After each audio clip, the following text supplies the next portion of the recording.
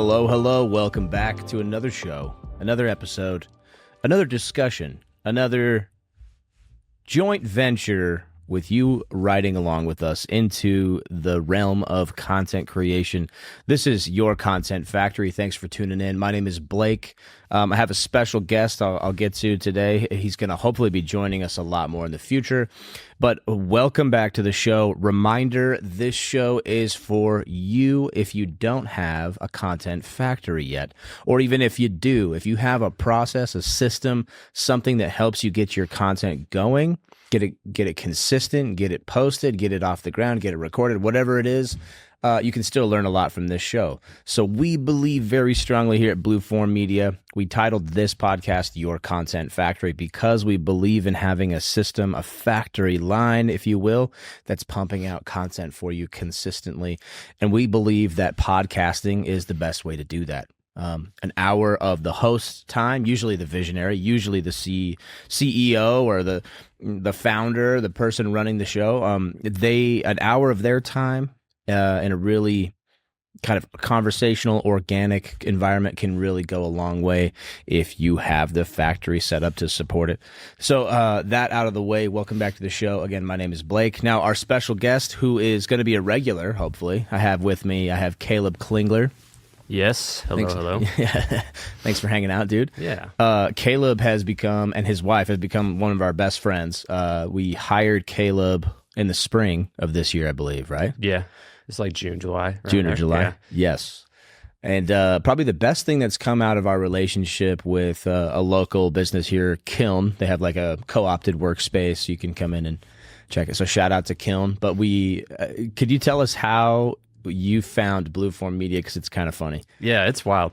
So my wife, her name's Matea. She worked for Kiln up in Lehigh. That's kind of where they started and everything. Yeah. And she worked in the corporate offices there. And so she ended up leaving. We moved down to St. George. And then the CEO, he kept in contact with her because he's just good friends with her. And he's like, hey, we're opening up a location in St. George. We have a party. Like, you should go. And here's the thing. I'm pretty antisocial. Like, I don't like parties and that kind of stuff. Yeah. I don't know. I just like smaller gatherings, whatever. That's just who I am. But for some reason with this, like, she told me about it, and immediately I was just like, yeah, like, I'll go with you. And it even surprised me because I was like, yeah, I hate those kind of events, you know? But anyway, so then we go to the party, and we're walking around checking out all the offices. So yeah, Kiln is like a business center, or like a building where small businesses can rent out the offices. So there's like, 50 businesses in one building. Yeah. It's got like a huge, beautiful corporate feel to it, like amazing, like interior designing, like comfort. So if I'm a small business, I can come there and gain amenities that I can give my employees for like a way cheaper option. So I'm not like, 10, 20 million into my own corporate building. Exactly. I can use Kiln. So anyway, continue. Yeah. So we're just walking around because there's a party and you can like check out the building. Mm-hmm. And then I see an office and it's like Blueform Media. I was like, oh, that's cool. Because we'll get into my background later, but at the time, I was doing freelance stuff for Hollywood, audio editorial, so yeah, for television and stuff like that. And since I've moved away from LA, the work had just started to like not be as consistent. And it's hard because you're not showing face with like the people and stuff like that. So you start to get put on the back burner for projects. So I was like, I just really want like a local, something I can invest in locally, so I can really become a part of the community. So I saw Blueform Media. I was like, dude, I got to reach out to them. Yeah. And then, so yeah, it's funny because you guys were at the party as well. Yeah. We just never saw you. Never saw you. No. Like, even after we found out later, I was like going back in my head. I was like, did I see it? No, I didn't see it. I mean, maybe we just didn't know each other. So we're like, maybe we saw you. Just we're like, there's so many people there. That's like, true. I don't know. Yeah. Could have bumped shoulders with you. Yeah. Oh, we have Mallory on the controls today, the voice of God over there. Thanks, Mal. Hi, hello. I don't like being on camera. The voice of God. She is the god of Blueform. Yes, the goddess. Goddess. Yeah, sorry. Yeah, so we met you at Kiln was the point. Anything else you wanted to add on that? Sorry. Well, no, and then just from there, I reached out to you guys, and we hit it off super quickly on the phone, and then we met up once, And I was like, dude, like, why do we have so much in common? This is weird. Yeah, seriously. It's when you start a business or when you do anything professionally, I feel like there's more energy exchange and there's more flow of like creativity when you jive with the people that you work with. And not just like, oh, hey, small talk. Like we get along in the office and we can chat briefly at the water cooler about whatever. No, I mean like truly like I would hang out with you outside of work. We have, it feels like you're part of the family. So it was really cool to meet Kaleb. And this might get into like authentic insight kind of stuff. But most people, when you go to a job, you have to put on the mask, right? You have to play the part and that kind of stuff. And that's extremely draining. But then being around you guys, I never feel like I have to do that. Like I can be myself, and therefore I can put a lot more energy into the work. Agreed. So. That's way better said. That's what I was trying to say. Yeah. Said it way better. All good. Same wavelength. Yeah. So we met Kaleb we didn't meet you at the party, but Mal and I, we were having a great time. We were pretty hammered after that one. That was good. Kiln did a great job. And they did a great job in the sense that like Southern Utah and Utah in general is very religious. And so a lot of like the stigma or like, I don't know what I'd actually call it, but a lot of the expectation is like that there's going to be, there's not going to be like a lot of adult fun. And when I say adult fun, I mean adult beverages, or like, you know, a place to smoke some good tobacco or something, stuff that you do in other places that are pretty common. But it was good. Kiln understood that, and they had a full bar available for everybody, and you could do either or, and it was very well done. I feel like if there's one thing Kiln knows how to do, it's like put on good parties. Put on a good party. Like it's pretty crazy how good they are at that. Yeah. And that was almost a year ago. Here we are almost a year later. Yeah. Like we're like 9 months, 10 months later. Baby. Yeah. so yeah, we had an office over at Kiln. We're actually pulling out of Kiln. It just wasn't working as well for us as we thought. Still a great relationship to have. So we love Kiln. But anyway, yeah, we got an email. I think it was like the day after, right, Mal? A couple days later. But we got an email and it was like... Yeah, I got an email and it was like, hey, I'd love to come and chat with you guys. I handed it off to you, though. I was like, hey, someone emailed this. I have shit to do, so you address this. And you left your phone number, so I was like typing an email. I'm like, why don't I just call him? Yeah. And then it felt like I was calling like my long-lost brother. I was right. Like, oh, are we going to play like... You want to come over and play Mario Kart later, or right? We're gonna play Halo. Yeah, that's what it felt like. So it was really nice. So anyway, 2025, we got to get everybody caught up on Blueform real quick, and then I want to dive into Kaleb's story a little bit more and talk about what he brings to the table for our company. Why professionally, like obviously we jived personality wise, but really in a professional relationship, a lot has to be like met. There's got to be energy both ways, and there's got to be, you know, production of some kind that's going on. So that was huge for us. But we've hired a few people in Blueform. A lot of them are editorial or people with a certain specific skill set to do something visually, to do something on the back end. But none of them bring the ingenuity that Kaleb brings, like in person. And I'm sure, to give our editors credit, they're remote, and so we don't get them in person as much. But shout out to John and Val. We value you guys just as much as Kaleb. And Chantel as well. She's local. But Chantel is also being an excellent mom. Yeah. And so what I'm getting at is the energy we can get from a business is, it seems kind of weird to talk about taking energy from people, but that's what it is. There's an exchange of energy for my business, then I give pay, right? Or I give reward. And that energy takes the form of like currency, of money. Yeah, I think a good clarification there is exchange. It's not taking, you know. If you're taking, that's a parasitic relationship, and that's that's some companies do that. Yeah. That's for our philosophical podcast. Yeah. We'll get Sorry, I keep getting on tangent. No, but no, I teed you up for that one. That's what's good about this. I'll tee it up and you'll hit it. So, but yeah, there needs to be a great exchange, so like a good exchange back and forth. And so Kaleb fits that billet for exactly what we need here at our home location. So that's a new update for you guys. We haven't done a YCF podcast for a long time. Just been super busy redistributing funds and like got really tight there, just normal business stuff. But here we are. We have a location in southern Utah, just off of Sunset Boulevard. If you're looking for a place to record, this is it. This all around me here is all studio. All of these black curtains can be pulled back, can be moved for customization. Over here we have one of the largest infinity walls, if you're familiar with those, in southern Utah. So this is a great space. We invested in this right about the time we hired Kaleb. I think you did a couple shows at our home studio. Yeah. Yeah, so we upgraded from every single room in our house was a podcast studio for the last 4 or 5 years. And we just, in 2025, we finally got a location that's way better. We got our house back. In the dead heat of summer, we moved everything over. Yeah, just sweating our asses off. Yeah. But yeah, we finally have a house back, Mal and I, so that's been great. We bring the dogs over here every now and then, but it's been nice. We have some semblance of a life at our house, and this separation of work and state. of Dude, home and work. I'm so happy you guys have that. Yeah. I don't know, having your work and home at the same spot 24/7 is hard to.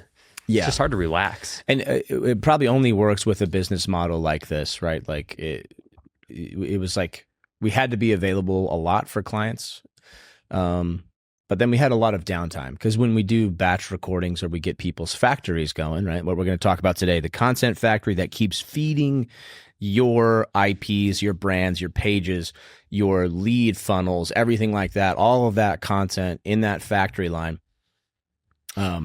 When you get ahead on that factory line, there are some pretty easy days. It's less intensive than you'd think to be the host of some content or to be in the show, when you have a team like us. So, but yeah, anyway, that's how we met Kaleb. We hired him. That was probably our biggest move of 2025. The two things was getting this location, and then getting Kaleb involved in our process here. It just freed up our time. We're finally, after 5 years, we're working on our business rather than working in the business. So those entrepreneurs out there that watch the show, you kind of understand how that goes. It's like that balance. You're trying to do the Indiana Jones, like, should I take the golden idol? Trying to swap that out, hand off your skill set, your pride and joy to a trusted employee or somebody who's learning the ropes. But and that's why Kaleb was like a godsend. He just fall out of the sky, man, like something valuable that would fall out of the sky. Yeah, like an angel. An angel. Yeah, he swooped in playing a harp. But yeah, let's talk about Kaleb, though. So give us a little bit of your background. Like, I want to know synopsis, where you grew up, how you grew up. Cool. Whatever you want to throw in there. But yeah, okay. So I grew up in South Jordan, Utah. I was born in Sandy, but most of my life was in South Jordan. So just up north. And then when I was figuring out what to do as an adult, I went to school for computer science originally, and it just didn't click with me. Like, I loved being on computers. I loved messing around with them, but actually like programming and stuff like that is a whole different kind of mindset. Yeah. It's almost like learning a new language, and I just couldn't grasp it. And so I was struggling with like what kind of career I wanted to do. And I was like, well, I've always liked to make music. Like, I've always been kind of the music kid, played a piano, played guitar, stuff like that. And so I told Matea, I was like, you know what? Let's go to Los Angeles. I'll go to an audio recording school and we'll figure out what to do from there. And it's funny because this was in 2014. So I was 24, Matea was like 22. And looking back, I'm just like, you were crazy. But luckily, you have kind of that young, like, what would you call it? Just like determined, like ignorance.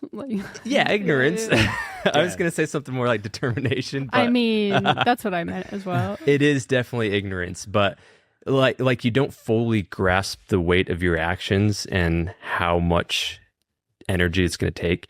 And so we just went, and we went in like this beat up like 1990 Nissan Altima, packed everything in that one car, and then drove down and I went to school.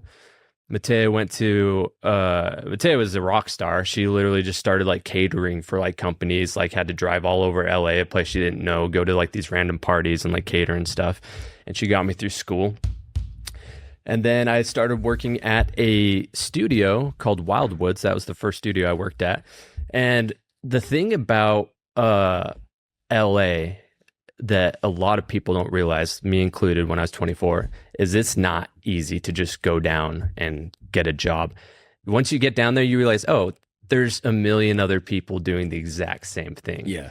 And so, yeah, there's different aspects. Like there's actors, there's, you know, cinematographers, all that kind of stuff. And I was in the audio industry, which originally I went for music, right? Because that was my passion. And then I got down there and kind of realized the music industry was shifting quite a bit. So 2014, that's around when streaming, like it was mostly like Pandora then, like kind of like Spotify. I don't know how big that was then. It was like maybe starting out kind of, we'd have to look it up. Exactly. Yeah. So the money inflow into music was getting dried up really quick. Yeah. So the traditional way, at least. Yeah. It was shifted. Okay. That's interesting. I didn't really put that together when you told me this before. No, yeah. That's interesting. I don't know if I mentioned it, but yeah, that's originally what I wanted to work in music, you know, go record artists or even write it for movies, video games, whatever. And then, so I made the switch to TV post-production, and which was a very good choice because there was a lot of opportunities because streaming was also taking off. Netflix, Hulu, that kind of stuff. So there's all of a sudden this huge inflow of money into these streaming shows. So places were actually hiring new blood into that makes sense into these businesses. So yeah, my first place I worked was Wildwoods, and you have to start at the bottom. So originally I interviewed, and the boss was like, okay, there's two positions. There's a runner, which just sucks because you're just stuck running for coffee every day for who knows how long, years. And then he's like, but we also have an opening in our machine room, which is kind of where you like process the deliverables, you know, because a lot of people don't know this too, but in Los Angeles, they still record everything to tape. Like that's how they make their master copies. It's more analog. Yeah, it's because it's safer. It will last longer. They record to tape and then put it in a vault, and that tape will last like 100 years compared to a digital file that could potentially get lost in the system, you know? It requires power. Yeah. It's convenient. Like we're learning this even the hard way. Like we spent a couple hours yesterday thinking we had a corrupt file. Like you've seen these little really, really effective hard drives that we have, these little solid state drives. But that's another thing we could do a whole show on is understanding of your signal flow and like how tech works. Oh yeah. Man, but like our computer knowledge, yours and mine, and then Mal's gained a ton of computer knowledge since we started this business, but it's built off that foundation, understanding we could lose a digital file.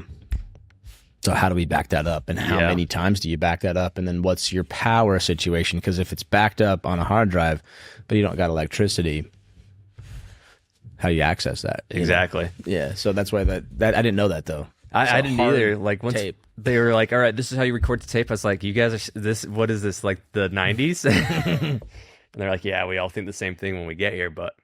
Fun fact, really quick. So Spotify founded in like 2008, but it went public on the New York Stock Exchange in 2018. So that's probably when people started really using it. It's like 2018-ish. Okay. So anyway, fun fact for everybody. I remember it was popular though, 2016, 17, but it didn't go publicly traded, which means it was blowing up in 2014, 15, 16.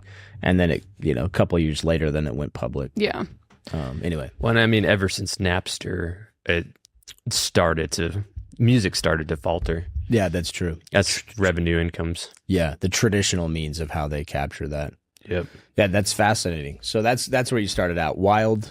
Wildwoods. Yeah, so then their big show was basically Survivor. They did Survivor for a long time.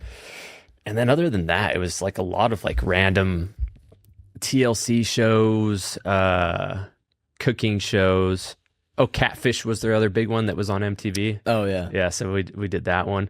But my job, I didn't really touch the shows. I just created the deliverables and sent them out, hoping that one day I'd get my shot.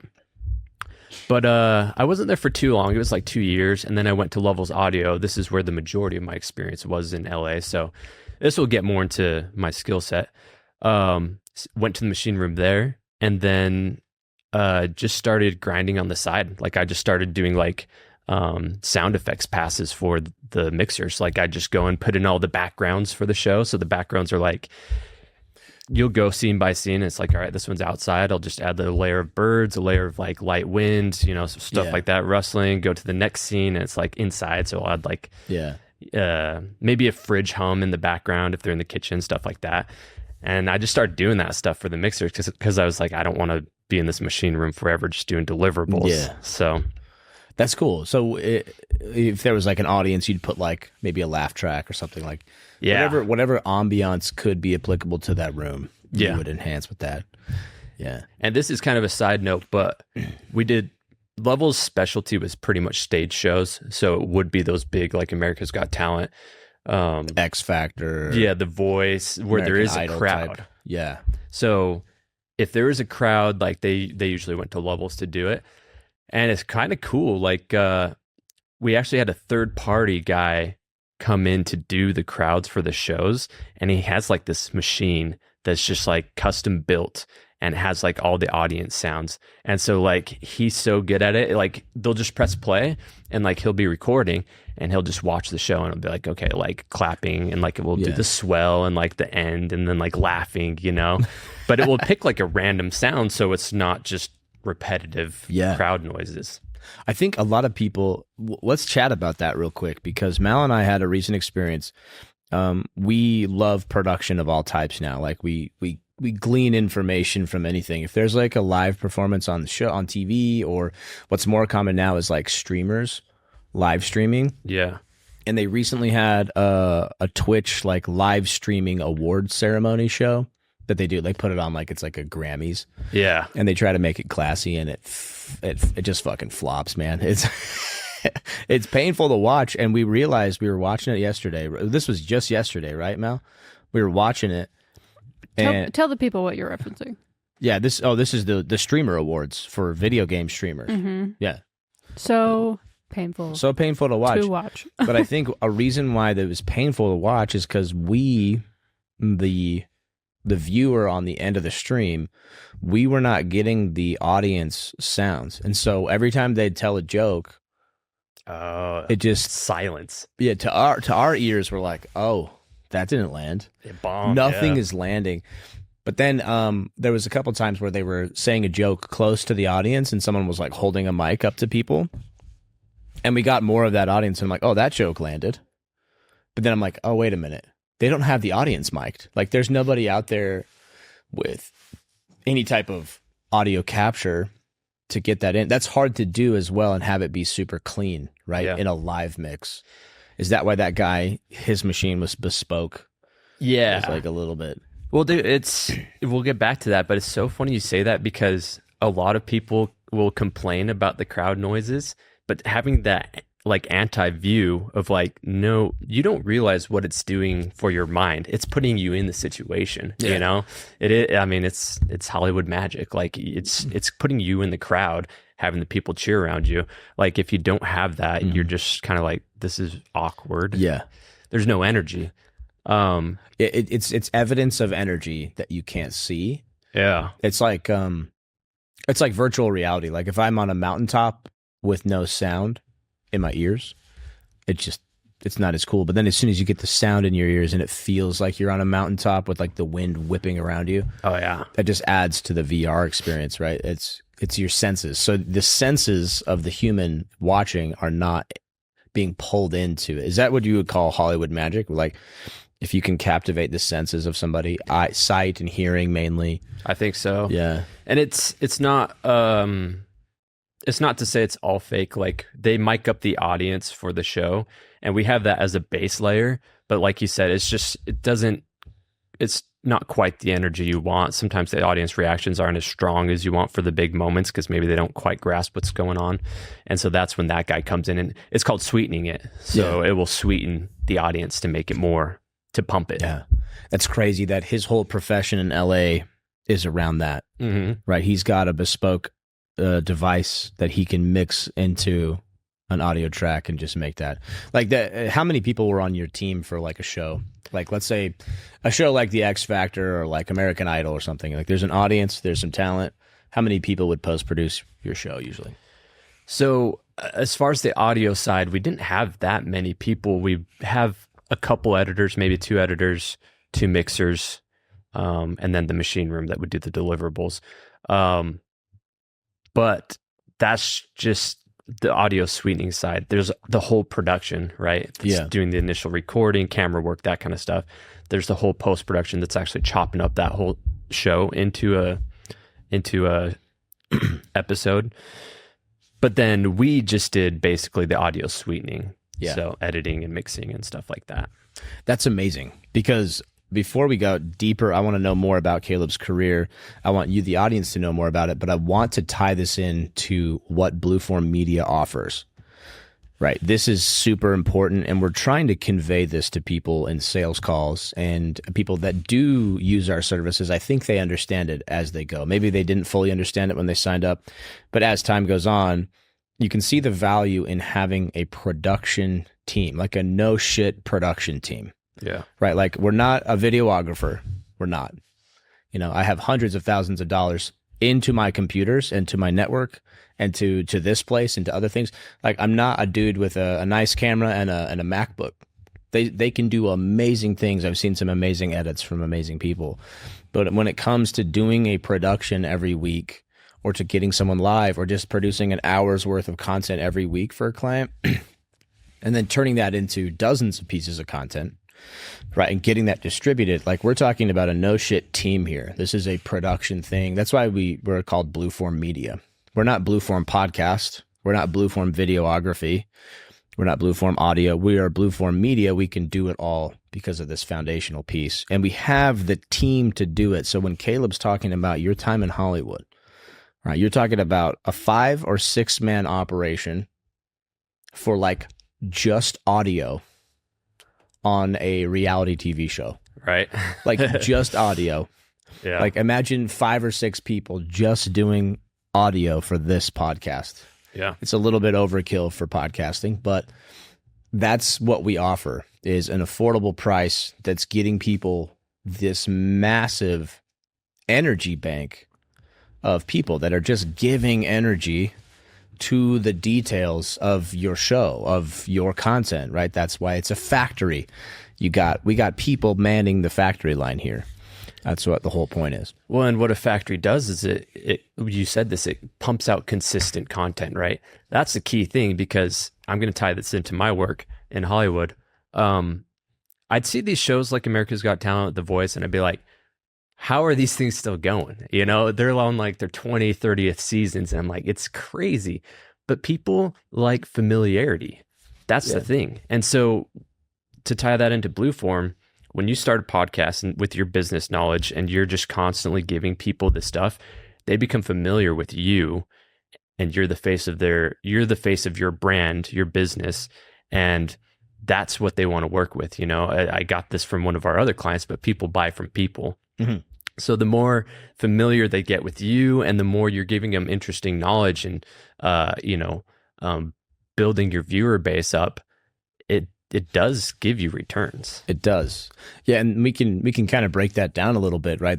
How many touch points do you get with a person, right, before they become a sale, right? And this is why Blueform Media, we focus on business to business podcasting, because it's where we make the most impact for people. Because people are less interested in like your hobbies, right? If we always joke about this, because Kaleb and I are not into sports. Like, maybe we'll sit down and watch the big game with a group of people and kind of feel that energy out. But I like watching, highlight reels. I want to watch somebody make a diving catch and do a double play.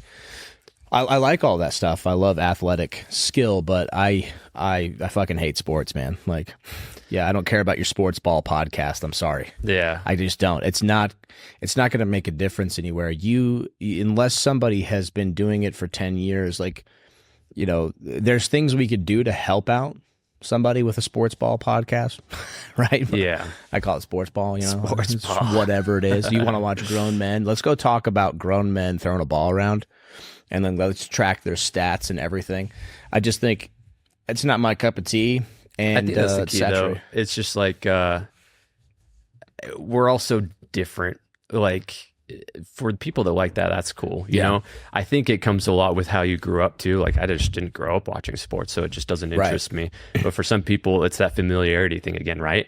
They watched it with their family and stuff like that, and so it kind of takes them back. It's definitely like a viable means of entertainment. Like, same thing. I lost interest in sports. Like when I stopped playing them, I was like, why am I watching other men do this? Like I want to play it. So that, whatever it is, like, and someone could have like a model train podcast about, every single train engine in the world, and I probably wouldn't watch it. Yeah. But I would maybe be interested in a couple clips, right? Because I'm like, that's cool. That's fascinating that engine can pull that much weight. Cool. Whatever it is. But these hobby, there's not really a way for a hobby podcaster to bring in energy that's needed to sustain a team, right? Because like you were saying, the reason Level Audio could get those jobs is because reality TV has this consistent energy flow. It outputs and it brings in money for the corporate side of things, and then they funnel that money back into production to keep it going. Yep. It's an actual proven business model. But a hobby or an enthusiast, having a podcast about trains, there's not really a way for him to get that energy. Maybe there is for him to sustain one person. You do it for free for a couple of years and you just do it as a hobby, and then you get some energy back by maybe someone wants to sponsor your show, right? Or you get enough views on YouTube to get that money flow. That's where like the energy kicks on for a hobby podcaster, right? Is you got to do it for a long time. You got to be so consistent, so charismatic, and so good at what you're doing, and so ingenuitive to stand out these days. It's hard to do by yourself, especially if you're working another job and you got a family and you got other things. And so a lot of hobby podcasters just kind of find a comfortable place and then they just sit. Yep. And we know people that have been doing a podcast for 5-6 years or longer, and they're getting like maybe 13 views on YouTube. So it's like, man, that's cool. If you're just doing it for yourself and you love it, like more power to you. But it's really hard for us to build a business around that, around a person. Like there's just no energy there. There's a lot of enjoyment and stuff for you and your hobby to do it. But what we do is we try to find people that have something to sell, that have something to get traction and energy on. And if someone's built an audience and they want to talk about trains and they have a substantial audience, that could be energy. So we're interested in helping them out. But otherwise, it's like usually business to business is the best way to go, because if you have something to sell and you have a platform to talk, like you could have no audience and within the first couple months, we could get returns for you because you have something valuable to give. And so if we advertise that, if we put your content out there in a consistent fashion, somebody will find it and find it valuable. Yeah. And then they become a lead and they become interested. And like you said, people buy from people. And so that you need to be the person, be their people. Yeah. If they're going to buy from a people, I buy from a people. They're going to buy from a person, be that person. Right. Let's get you in front of them there. So that's kind of like our philosophy there. Like we get you in front of the right audience. Let's build you an audience that consistently buys from you. And then all of a sudden there's an energy loop there. Dude, I mean, look, I hate spending money. Like I'm probably like the least like, I don't know, consumer driven person that there is. But when I do find that familiarity with someone, I just go back because like I like the person, you know? Yeah. There's local places in St. George that I just go to all the time. And like it's because I know the people and like I want to support them and that kind of thing. Right. And so it's and how do you do that? It's conversations, right? And people don't realize that podcasting, long form content like that feels like you're with them, you know, like you're in the conversation. Well, they've done the studies on that too, is your subconscious mind doesn't know the difference of you being in the room or not, right? Your Yeah. subconscious is listening to Joe Rogan podcast or your favorite podcaster. It's just listening to it like you're part of the conversation. So your subconscious starts to think that you're friends with that person. Yep. You know, you go from acquaintance and more. I think it's like above 20 hours, listening to 20 hours of someone's content, you think you're friends with them. Yeah. And then it like deepens. It's like over 100, you're like best friends. You think you're like literally best friends. Dude, this is revealing a little bit about myself. But Mateo and I, our favorite garbage TV for a while was Love Island, which they have a crazy production schedule. So it's people in a studio, but it has like outdoors and pools. There's cameras everywhere. They're mic'd up. They're being filmed 24/7. Yeah. And then every day they have an hour episode comes out of them just doing their, Love Island stuff Whatever in happened there. that day. Yeah. But like, we'll literally watch it. And the first week I'm just like, why are we watching this show? I hate it so much. Like, it's so dumb. But then a couple weeks in, like, I start to feel like I'm friends with them. I'm like, oh no, like Jimmy, like, why are they being so rude to him? Like, like it's a stupid example, but Yeah, because it's people. yeah. It's you, essentially. Like, you cannot watch a show. Like, go watch Star Wars and try not to associate with, like, Luke. Yeah. Or the main character. Like, go watch New Girl, and try not to like the characters. Like, some people don't like it, whatever, but I guarantee you if they spent time in it, they would start to root for people. Exactly. Yeah, you can't help. Like, I'm a huge audiobook nerd, and everyone's like, yo, self-help. And I'm like, yeah, maybe. I sprinkle the self-help in there, but I use it as a form of escapism, right, to reset the brain and everything. So right now I'm listening to a Star Wars book called Thrawn. And I haven't listened to Star Wars stuff for a while. But Thrawn is like a bad guy, but they made a whole book series about him. And he's like one of the best villains in the Star Wars universe, if you're familiar with it. So he's one of the best bad guys I think ever written.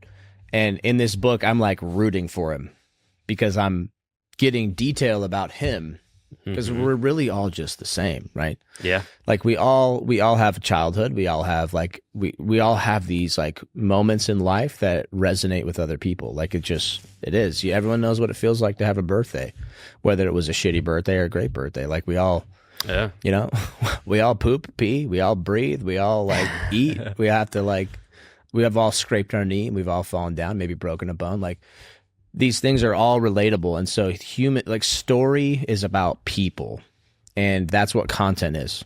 It's a story about you. It's a story about you, your product, and it's a story about how your product is solving problems for a specific niche or whatever, or just sharing an experience. And then people start flocking to you. It's inevitable. Yep. If it's done correctly. Yeah, it's an energy wavelength type thing. Like once that content's out there, it almost like attracts. It's like a magnet for the people that need it.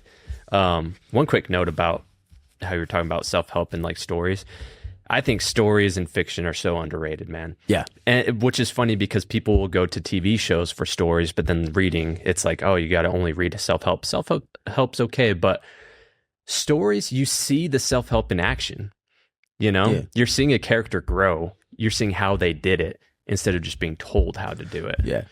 And it's fictional a lot of times. Maybe it's a historical fiction or maybe it is a biography, right? Biographies are great too. You can kind of see the path of a person, right? Like you pick a figure, like you can go read about all the villains in history or the good people in history and like obviously take it for a grain of salt because, story can also be kind of manipulative.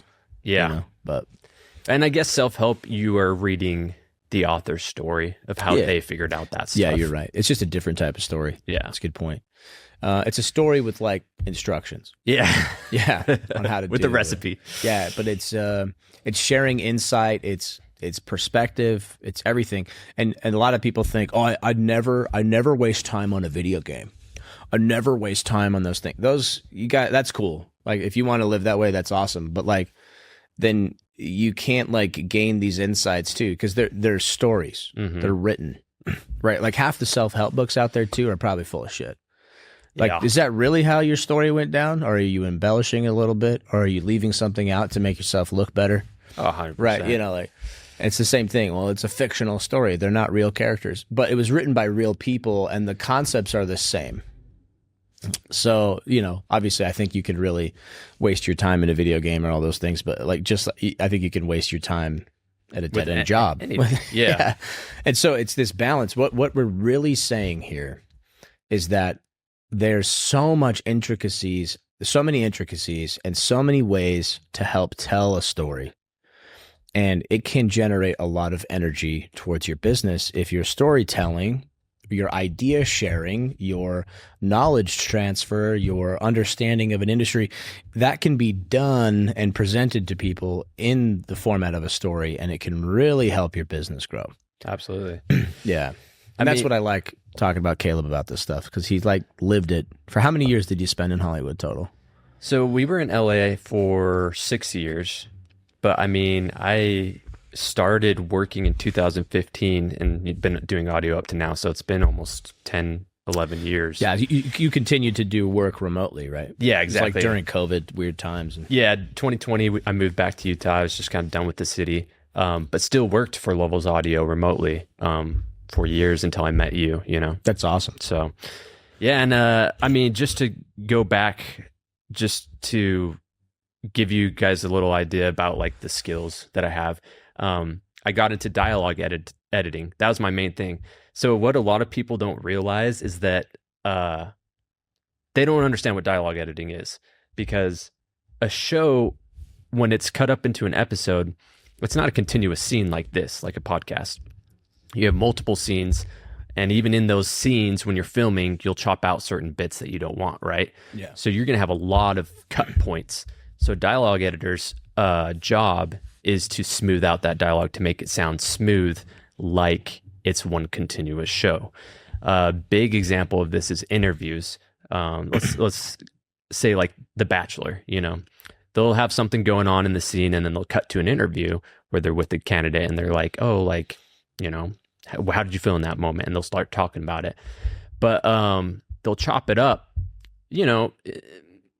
maybe to change what they're saying, but also it's mostly just to condense what they're saying, because some people will ramble.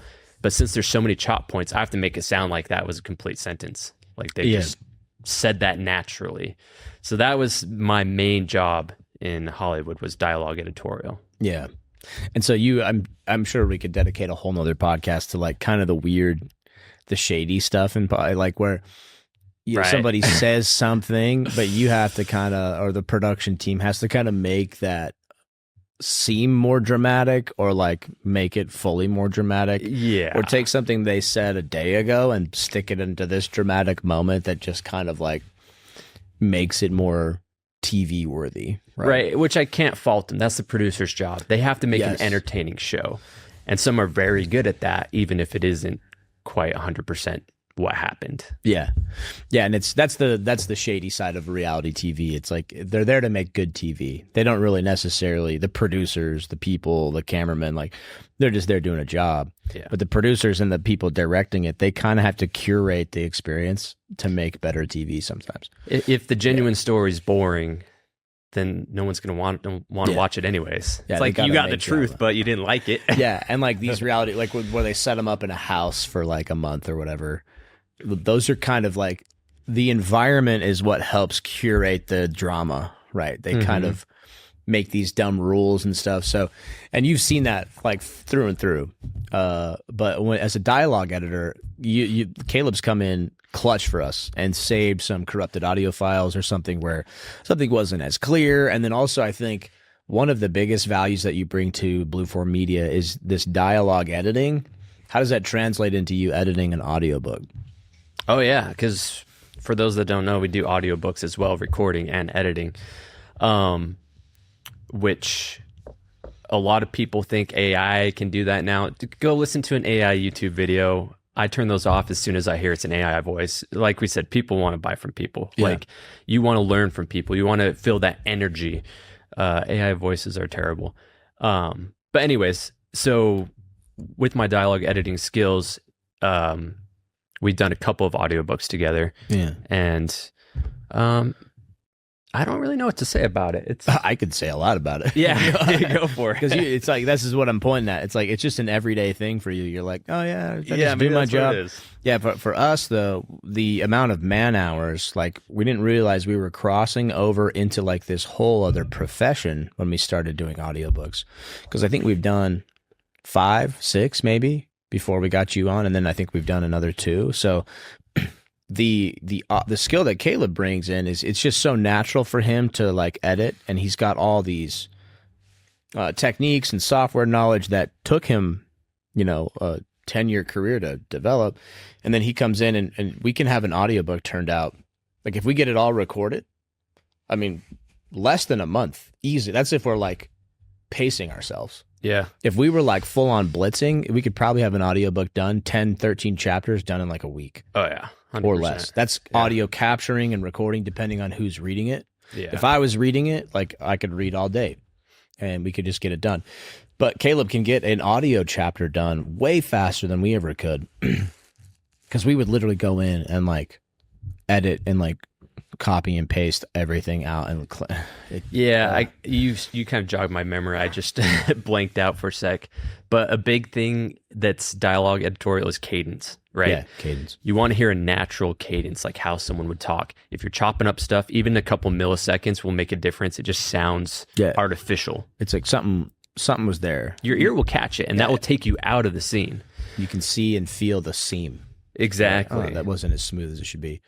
Yeah, very, very, very true, too. So I have like all these shortcuts set up on my mouse and keyboard to just go quickly through, scrub through, and keep it consistent. Yeah. And then there's also an ear for it. You have to develop an ear, like, what is natural cadence and flow? And what is this person's natural cadence and flow? And like, should I lengthen this a little bit? Because some people, they'll read it's usually a biography or something, or some form of like my personal story that's the business we've been getting. We're starting to get into more like fiction authors, though. I hope we can do more of those. Yeah. But a lot of these people, it's their story, so they want to narrate the book, but they themselves are not a professional narrator. So I think we've done a great job of coaching them, and Mal can attest to that, coaching to them, listening to them, and having them reread and re-say things, and then telling them that etiquette, because a lot of times they'll come like, it's like the climax of this story they're telling, and it just needs a little bit of emphasis. It needs a little bit of drama. It needs a little bit of like pause. Yep. For effect. Like people's like TED Talks notes, they have like in brackets, pause for effect. Like, let that pause sink in. And so a lot of times they'll read it and they're like, and it was the biggest day of my life. Anyway, the next day, like, they just gloss over it because they're just reading, they're just getting a task done. And so we have to kind of like either coach that into them, and if we can't coach it into them as well, that's where your job comes in, where you could even change a little bit of tonality, right? And maybe add, if you needed to, some inflection, or like you could help that sound that way, correct? Yeah, that was the bane of our existence in Hollywood. We called them Frankenbites. It's when they stitch together a monster of a line from someone from multiple different sources, different days. And it's like, okay, you've got a pitch, like an E note here, and then all of a sudden they drop down to like a G, because our voice has a natural kind of like tone to it. But if they're excited, they're going to have like a higher voice, Yeah. And then all of a sudden they go to like a normal voice. It's just like, so we have to like pitch shift things. We have to time stretch words to make it, like someone might say like, it's your birthday, but they might, it's your birthday. Yeah. Like, that's way longer of a syllable. They're just enunciating and pronunciating, like stretching out a syllable or shortening a syllable. Exactly. Like, that's the key to doing funny accents too. Is like, you have to understand the cadence of the language. Yep. Like, if you want to talk in like Vietnamese, it's like staccato. Yeah, just yeah. And then there's like the like, that's part of their language, and so you put that on an English word. Yeah. Oh, take your time. do your homework. We need a Blake variety hour. But it's funny because we me and Kaleb will sit and talk about this for hours, and I'm like, man, why haven't we been doing our podcast shows? Yeah. We put this Content Factory show kind of on the back burner, but this is great, man. It's good having you on. What else should we know about your skill set in Hollywood? And I want to I think you're welcome to be, if you want to be my co-host on all these shows as much as possible. Yeah. So you can kind of, I'm sure we'll pull more tidbits of your experience out there, but nearly 10 years in Hollywood. We'll just round it up to 10. What else should people at Blueform, this is for our current clients and for people in the future, if you're working here, you're going to be interfacing with Kaleb at some point. What do they need to know about you? Here's the thing is like, I think as far as my background, we could go into, like you said, a lot of episodes going like deep into my skills. I think we've done a good like overview. One thing to know though, if you do want to work with us, is that I'm super chill. I do not judge you. Like, people have this stigma about Hollywood that like stuck up or things like that. I don't know. Like, everyone I met out there was super down to earth and chill. We just wanted to make cool shit, you know? Like, that's, so I literally just want to help you make cool shit. Yeah. That's a good, to sum that up, it's like Caleb's just down. Yeah. And that's really important for a production team, is we're very neutral about your messaging and your content. We might have input to say about how it's executed in certain ways, or how these systems like social media versus like podcast platforms and stuff, we'll definitely interject and help get the guide, fences up. But as far as like your content and your messaging, we're just kind of like down. That's a good point. I am happy to give advice or perspective when asked for. I try not to give unsolicited advice, because this is going to be their show and how they want to do it. Unless I see something glaring, I'm like, hey, you could change this, to make it better. But yeah, anytime if you want coaching, if you want like, how can I take this to the next level, like me, Blake, or Mallory can totally. That's a great point. Help. Yeah. That's what we're excited about. 2025 is where we're assembling, the Avengers. Basically, we're getting the team that we've always dreamed of, and it just, if you're doing the right things, in life, I'm really, really convinced that this universal energy, if you call it a deity, whatever you call it, it just attracts the certain people that you need. And that's where we're at. With Kaleb, we love having you on board, dude. Like, we goof off all the time. We talk about like some really interesting stuff, which if you tune into our other podcast, we're going to be moving that over to the Blueform page. It's called Authentic Identity. Talking about hobbies that nobody might want to listen to. We love to philosophize. So yes. And I've been looking for a co-host for that show for a while, but just couldn't do it with homies. They were busy running their own gigs and doing stuff. We tried to make it work, but it kind of just fell on my shoulders. But now I'm like, why are we not doing this? We have like, I have like our head producer here is now like part of the crew. So expect more from that. But I think in closing, it's really important that you surround yourself with the correct people in life in general. Like, if you want to start a sales company, you probably shouldn't hire or hang out around like blue collar, like disgruntled blue collar employees. They might not be the best environment for you to start a company around, right? You should probably be around people who have started companies, right? If you want to be a disgruntled blue collar guy, go do it. I love hanging out with those guys too. It's fun to just go chew tobacco and swear about shit.